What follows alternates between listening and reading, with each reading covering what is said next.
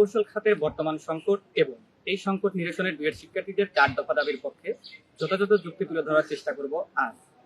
আপনাদের নিশ্চয় মনে আছে, প্রকৌশল অধিকার আন্দোলনের অন্যতম সংগঠন জনাব লিপু সাহেবের একটি বক্তব্যে আক্ষেপ নিয়ে বলেছিলেন, আমরা যখন সরকারি চাকরির পর্যাপ্ত সুযোগ না পেয়ে বেসরকারি চাকরির জন্য বিভিন্ন কোম্পানিতে যাই, তখন তারা আমাদেরকে 15 থেকে 20,000 টাকার অফার করে। এটার কারণ কি এবং সমাধান আমাদের এই 4 দফাতে আছে। আমরা আমাদের দাবিতে বলেছি, নবম গ্রেডে এন্ট্রি পোস্টের জন্য পর্যাপ্ত সুযোগ তৈরি করতে হবে। এই সুযোগ যত বৃদ্ধি পাবে, উচ্চশিক্ষায় শিক্ষিত শিক্ষার্থীদের প্রত্যাশিত কর্মসংস্থান তত বেশি নিশ্চিত হবে। এবং বেসরকারি চাকরির ক্ষেত্রে আমরা বলেছি, নির্দিষ্ট বেতন কাঠামো এবং চাকরির নিরাপত্তা নিশ্চিত করতে হবে। সুনির্দিষ্ট বেতন কাঠামো এবং চাকরির নিরাপত্তা, সেই সাথে নবম গ্রেডের এন্ট্রি পোস্টের সংখ্যা বৃদ্ধি পেলে আমরা মনে করি লিপু সাহেবের বক্তব্যের সমাধান নিয়ে আসা সম্ভব।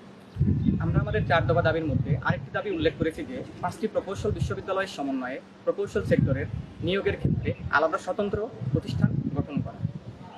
নিয়োগ প্রতিষ্ঠান যখন স্বতন্ত্র থাকবে, তখন নিয়োগের ক্ষেত্রে স্বচ্ছতা আরও বৃদ্ধি পাবে বলে আমরা মনে করছি।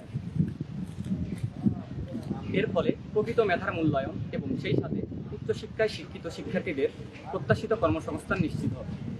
ফলে বর্তমান যে প্রকৌশল খাতের সংকট তৈরি হয়েছে তা কেটে যাবে বলে আমরা মনে করছি। যে বিষয়টি লক্ষণীয় এবং বর্তমান সময়ে উঠে এসেছে, নিম্নতম পোস্ট থেকে প্রমোশনের জন্য উচ্চতম এন্ট্রি পোস্টের বিজ্ঞপ্তিতে রিড করা এবং অনৈতিকভাবে প্রমোশন সুবিধা নেওয়া।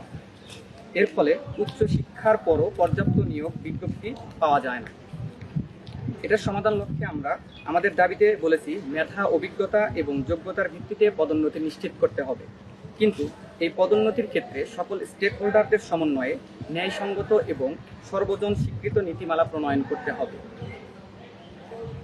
এর ফলশ্রুতিতে যেটা হবে, অবৈধ উপায়ে প্রমোশন বন্ধ, সেই সাথে ঊর্ধ্বতন পদগুলোতে নিয়োগের বিজ্ঞপ্তি প্রকাশের পর যে রিট খেলা চলে, সেটি বন্ধ হয়ে যাবে। ফলে নবম গ্রেডের নিয়োগ বৃদ্ধি পাবে, সেই সাথে প্রকৃতই যারা মেধাবী এবং যোগ্য তাদের প্রমোশনও নিশ্চিত হবে। এতে প্রকৌশল খাতের ভারসাম্য বজায় থাকবে। আমরা আরেকটি বিষয় উল্লেখ করেছি, আইইবি মেম্বারশিপ ব্যতীত নামের পূর্বে প্রকৌশল বিশেষণটি ব্যবহার করতে পারবে না। ফলে সকল ক্ষেত্রে প্রকৌশলদের মর্যাদা অক্ষুণ্ণ থাকবে বলে আমরা মনে করি।